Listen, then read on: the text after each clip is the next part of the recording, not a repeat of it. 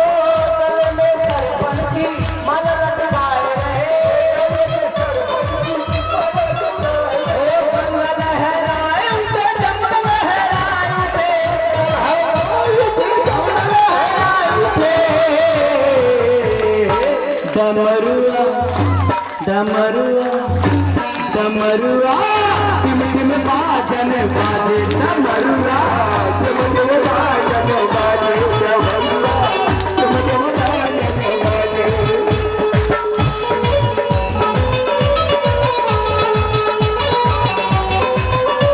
सभी कोई मस्ती में झूमते हुए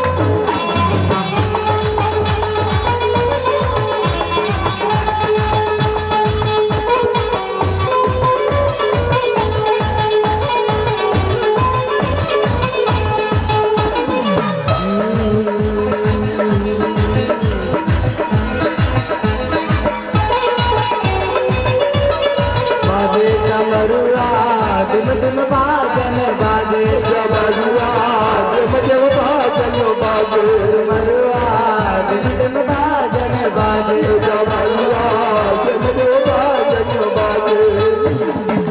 बोलो दुल्हा सरकार की भोले बाबा बड़े प्रेम से सजा करके जा रहे हैं। कुछ देवता लोग आगे जाकर के बढ़ करके चले गए थे। जब देवता लोग राजा हिमांचल के यहाँ पहुंचे तो सबसे पहले इंद्र जी गए। तो इंद्र जी को सबने देखा तो सब बच्चे लोग शादी के समय में खड़े थे। बच्चों ने देखा और जा करके पूछा, ये बताइए क्या दूल्हा आप ही हैं? इंद्र जी को इंद्र ने कहा, नहीं नहीं नहीं, अरे हम तो उनके सेवक हैं, उनके हम दास हैं।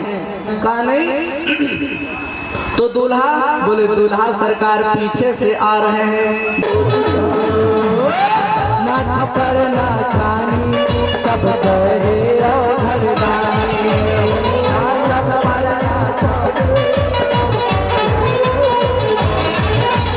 ना तुररा धोती सर बहे गंगा पानी, ना तुररा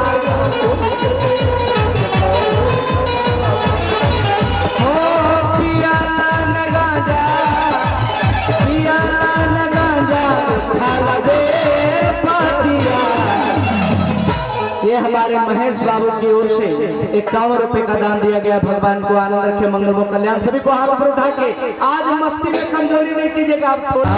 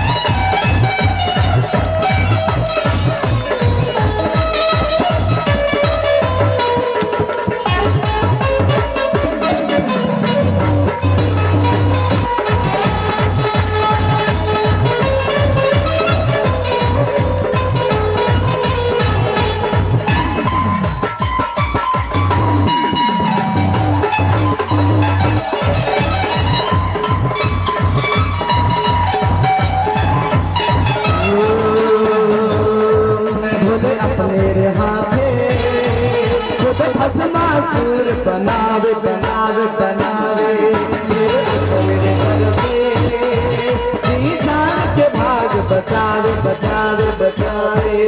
बोला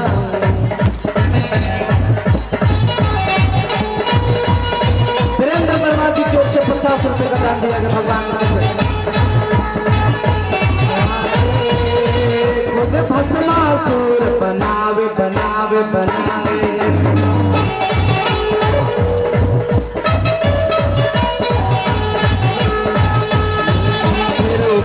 डर से जी जान के जान बचावे बचावे बचावे बचावे।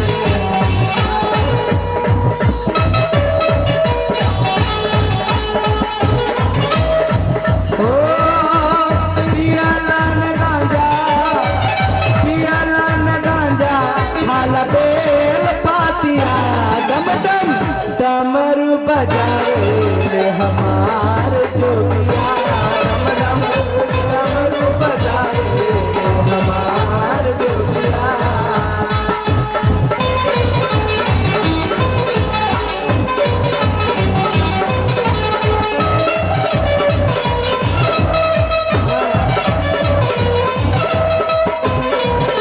हमारे बराती लोग जल्दी आने की कृपा कीजिए।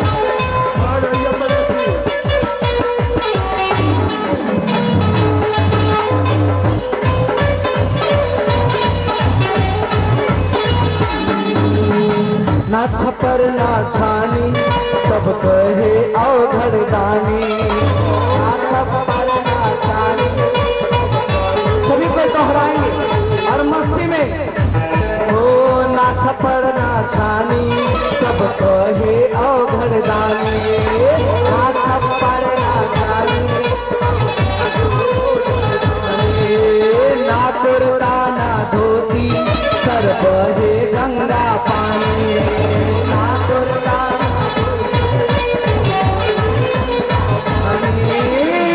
पियाला नदी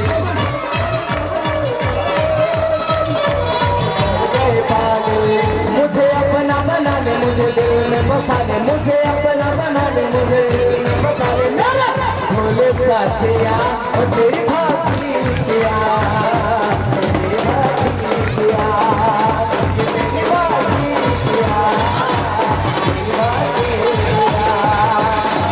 बिन शंकर डमरू वाले तेरी भक्ति के पड़ गए पाए।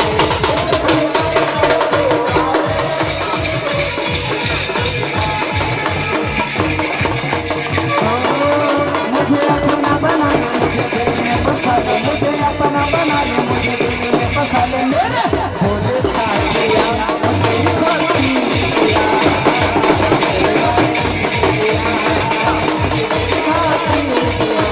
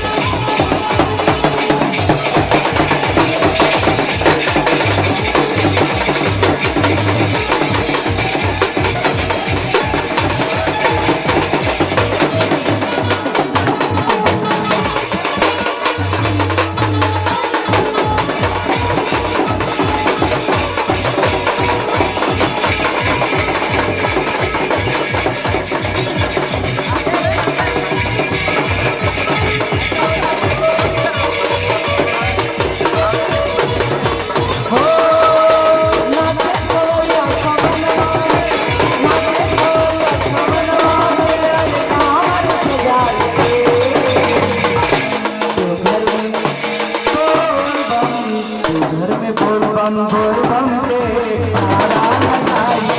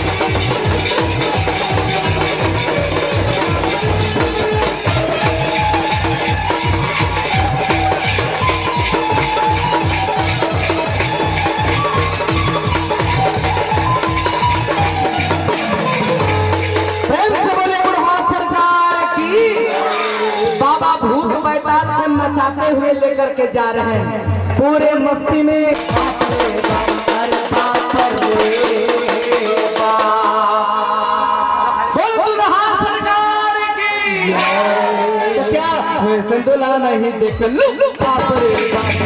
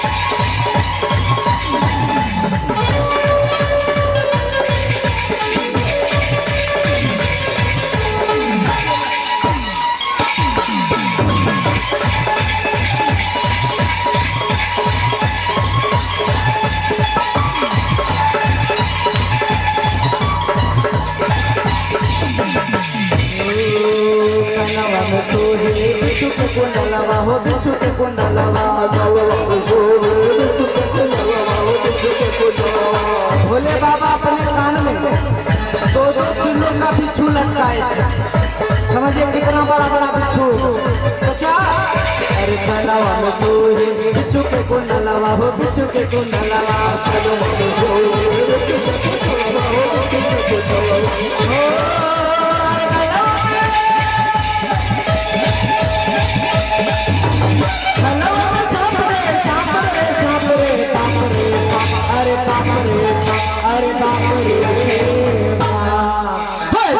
नहीं देख लो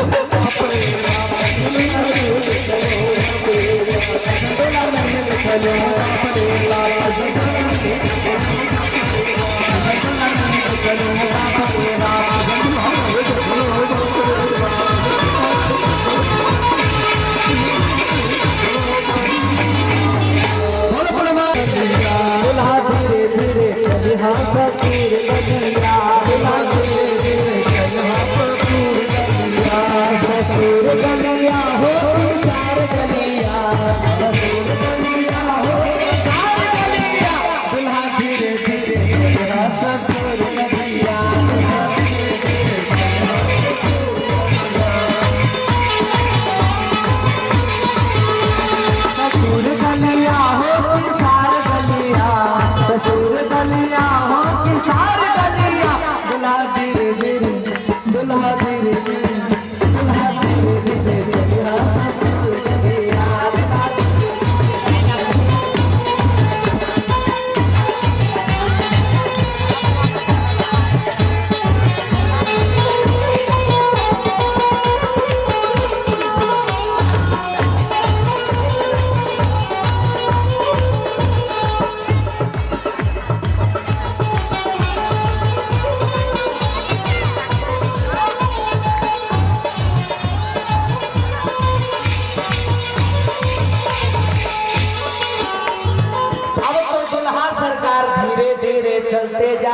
बड़े प्रेम से। जब चलते जा रहे हैं, अब जब आगे बढ़े दुल्हा सरकार, तब सखियों ने विचार किया कि अब दुल्हा जी को गाली दो। वैसे इनका उद्धार नहीं करोगे, इनको गाली देना चालू करो। सबों ने कहा कि बराती को गाली दिया जाए। कहा क्या? अरे मार बरतिया चोटा के। कहा जितना बराती आया एक नंबर का सब चोटा। अरे मार बरतिया चोटा के दल भत्ता खाने आया रे।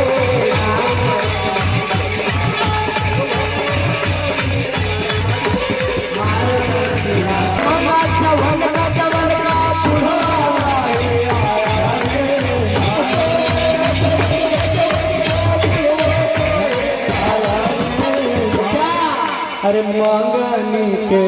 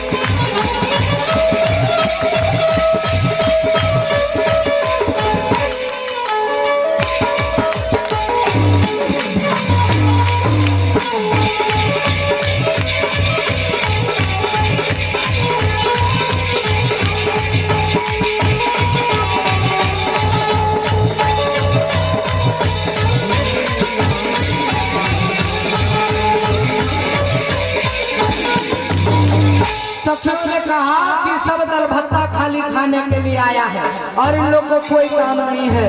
और सखियां बड़े प्रेम से गाली दे रही है। ब्रह्मा जी ने कहा देखो कोई बूढ़ा उड़ा के बारे में नहीं बोलना, क्योंकि बूढ़ा सबसे ज्यादा हम है। सखियों ने कहा अच्छा तब तो इनका उद्धार कर दो, बढ़िया से गाली दो। यदि वैसे कोई किसी को सभी को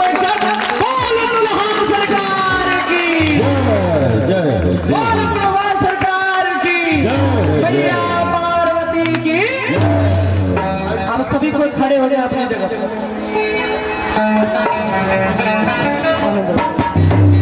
लगता है जैसे सारे संसार में शादी है, आज भोलेनाथ की शादी है, आज भोलेनाथ की शादी है, आज भोलेनाथ की शादी है। आइए हम लोग एक बार सभी को नाचने के लिए अंतिम में नाच करके उसके बाद आरती में हम लोग भाग लेंगे। आइए सभी कोई भांगड़ बोला आइए आनंद सभी कोई भांगड़ भोला बेटी के रकम जमा नहीं पहला रे। भांगड़ भोला भांगड़ भोला बेटी के रकम जमा नहीं पहला रे। भांगड़ भोला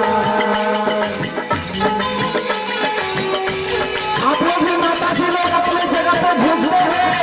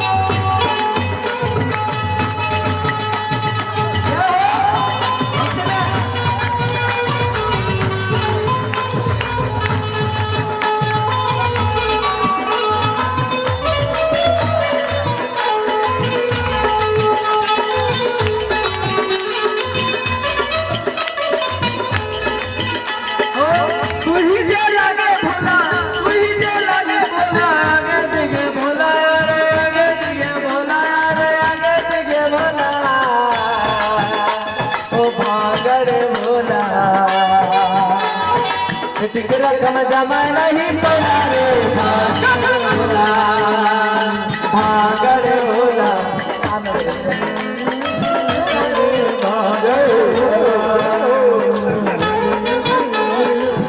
सभी को देखिए, जो भगवान की कथा में नाचता है उसको जीवन में गलत चीजों में नाचने की जरूरत नहीं पड़ती है। सभी को एक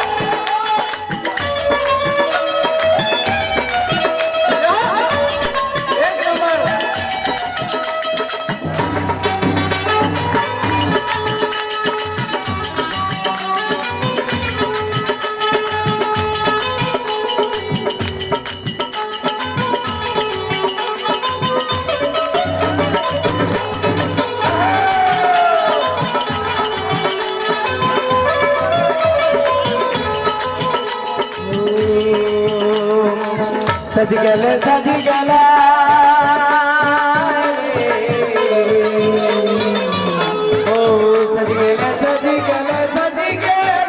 अरे सज गल देखो सज गल अरे सज गल बोल सरकार की बोले बाबा के बरतिया सज गल बाबा के बरतिया बोले बाबा के बरतिया सज गल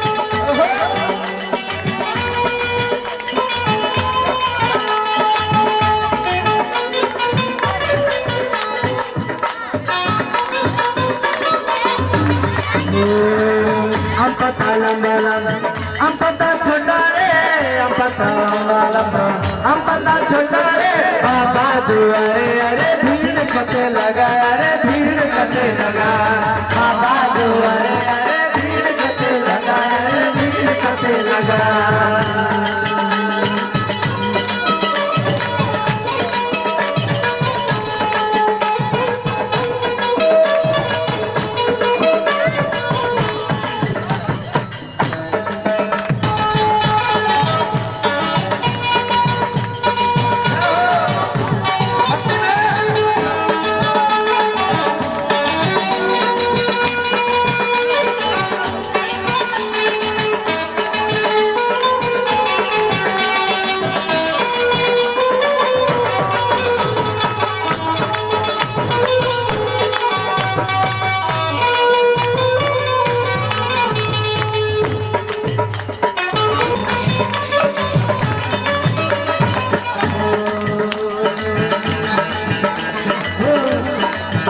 भोले बाबा के महिमा निराली रे भोले बाबा के महिमा निराली रे भोले बाबा के महिमा निराली रे भोले बाबा के महिमा निराली भोले बाबा के महिमा निराली रे भोले बाबा के महिमा निराली रे सांप वाला डमरू वाला त्रिशूल वाला सांप वाला डमरू वाला त्रिशूल वाला के महिमा निराली रे भोले बाबा के महिमा निराली भोले बाबा के महिमा निराली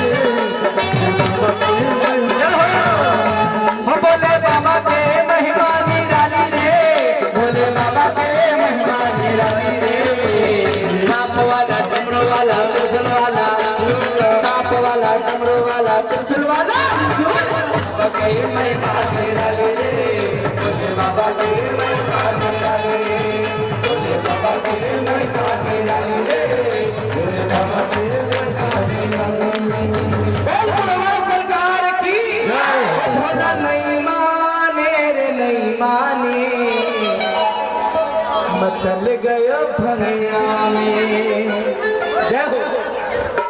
नहीं माने मचल गयो भंगिया में, बोला नहीं माने रे नहीं माने मचल गयो भंगिया में, बोला नहीं माने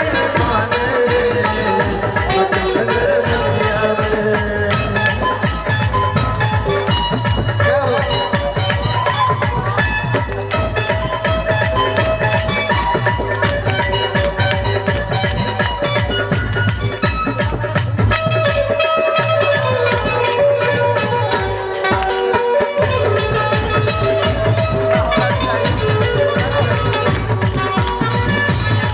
बोला नहीं माने रे नहीं माने मचल गयो भंगिया में, बोला नहीं